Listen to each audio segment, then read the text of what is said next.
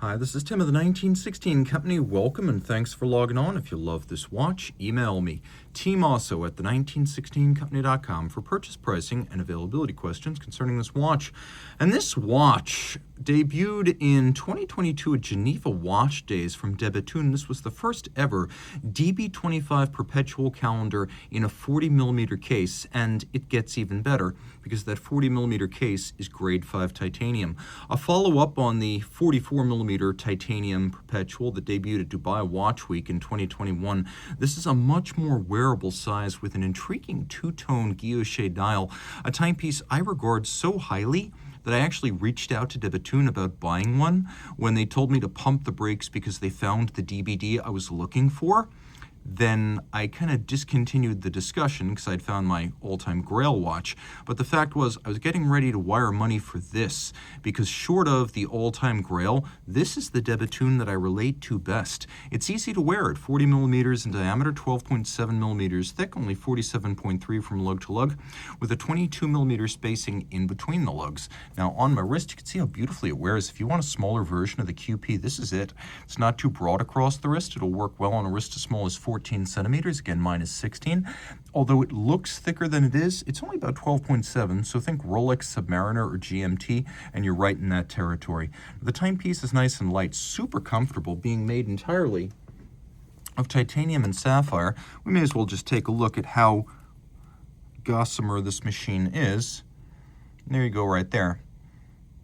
Subtract the tag and we're down to about 66.66 grams. So very, very light, very easy to wear, very comfortable, suitable for a smaller wrist or just those with a taste for a more discreet watch. Now, of course, the DB25 collection debuted in 2007 because debethune knew it was going in a different direction design-wise. The floating lugs were coming, avant-garde was on the agenda, and in order to hang on to people coming from Holy Trinity, Lange, or the more conservative early debethune watches, it was necessary to have a full-time collection that was not something out of this world, so to speak.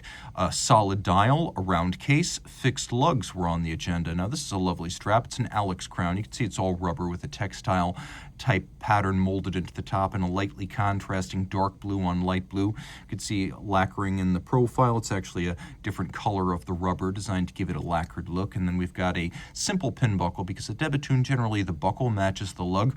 If you have a relatively conventional lug, you have a relatively conventional buckle. Grade 5 titanium is great because it's hypoallergenic, like grade 2, and lighter than steel, like grade 2. But grade 5 is also harder and more scratch resistant. In my experience, the most resilient finish of grade 5 is not media blast, it's not brushed, it's polished. For whatever reason, it does by far the best job of shaking off marks or making them so difficult to see that they may as well be invisible. So this is the finish you want if you want durability. I see grade 5 polished cases from Jaeger-LeCoultre coming back from the mid-2000s, regularly worn and still with hardly any marks.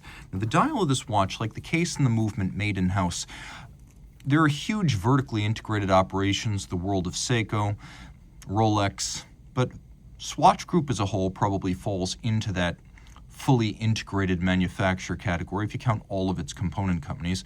But it's very unusual for a company the size of debethune making a few hundred watches a year to make dial, case, movement, even sub-assemblies like balance wheels. And yet they do. This dial is multi-piece. You can see there's a toroidal element outboard that's a cambered dark blue with silvered radially arrayed Roman numerals, including a watchmaker's 4. And then we have the rosette guilloche, which is a lathe guilloche on the center dial with a nice sort of bilateral symmetry. If you split it down the middle, it's mirrored from side to side, but it also has the ability to reflect vertically, and so it has cruciform symmetry. Now we have a blued titanium base. That's the leap year phase indicator at the bottom. And then we have a moon phase. We'll remove this surly fingerprint here. So you can better see the moon phase, which is spherical and requires only one correction every 122 years. Now it's half white palladium, half blued steel. We have a perpetual calendar. So this needs to be corrected only 122 years. And so every 122, you make a small adjustment.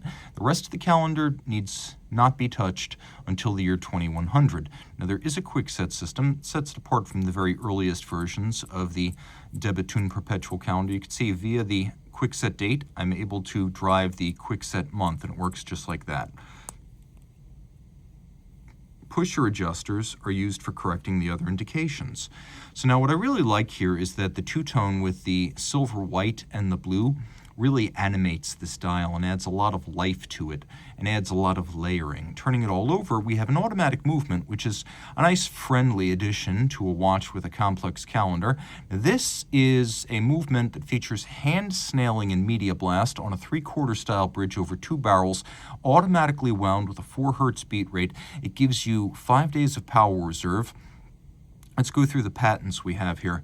We have DB's Perpetual Calendar system, we have the Moon system, we have the balance wheel, the hairspring curve, the shock protection, self-adjusting twin barrels, and the shock-protected rotor system for winding. So the way this works is you've got a rotor which is made as long as possible for the largest polar moment, that is the largest possible turning force for efficiency. It's a white gold mass, it's a blued titanium, fire blued titanium rotor. Everything on the back here that's blue is fire blued. And so in order to prevent it from torquing in a way that is more torsional than rotational, Denis Flageolet, the watchmaking founder and creative lead at debethune, created this patented system of 4 cantilever springs to protect the ball bearing from the torque action that it's not designed to sustain. And so each one has 3 jewels set into it, so when the rotor does contact the spring, there's as little friction as possible. Now we also have, in addition to a shock-protected rotor, 1, 2, 3 shock protection springs on the balance. It is called triple parachute. It's been tested in golf, it's been tested in tennis. It is there for durability to prevent damage, but it has a second function which is just as important, and that is to allow the flanking springs to take up all of the shock if possible, so that the balance staff pivot is not displaced from its cup jewel. That is, by preventing the center shock protection spring from coming into play, the balance stays centered in its cup jewel full time, which allows better timekeeping. And so this 3 shock system is there to prevent damage, but also to improve chronometry. The balance is the 2016 patent balance. It has 3 purposes. It has a blued titanium wheel with white gold masses. First, reduce the impact of temperature change on timing. Second, maximize the percentage of total mass in the rim, which improves timekeeping. And then finally, reduce the impact of aerodynamic drag on timing, because 28,800 vibrations per hour times 24 hours times 365 days a year, it adds up. Now, the curve of the hairspring is shaped by hand. Actually, they cut off the outermost curve, shape it by hand to a patented curve created by Denis Flageolet, and it is then clamped by a micro clamp back to the inner coil. The result is that it's flat and shock resistant like a flat hairspring is naturally, but it also breathes concentrically like an overcoil, so in any position it's going to keep better time. Then finally, though it's not easy to see, there is a silicon escape wheel of debethune's own design, which reduces the total mass in the system and reduces the friction as well as the need for lubrication.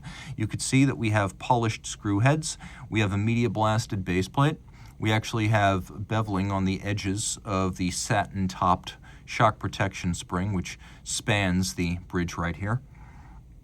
The movement is 30 millimeters in diameter, so it's big and it fills this large case back. It has 47 jewels and 425 parts, which is as much as a lot of chiming watches, sonnery, and minute repeaters. A very complex execution with a lot of original engineering, all protected to 30 meters, so you don't want to submerge it, but it's protected against splashes and rain exposure. My favorite debethune that I don't currently own. And one of my favorite features, the way the company decided to polish rather than blue the leaf hands over the dial. And you can see how they're rolled on a mini roller to have this vaulted curve so that they can clear the spherical moon phase up at the top. This watch is simply full of nuance and delights. Reach out to Team Mosso at the 1916company.com for purchase and pricing details.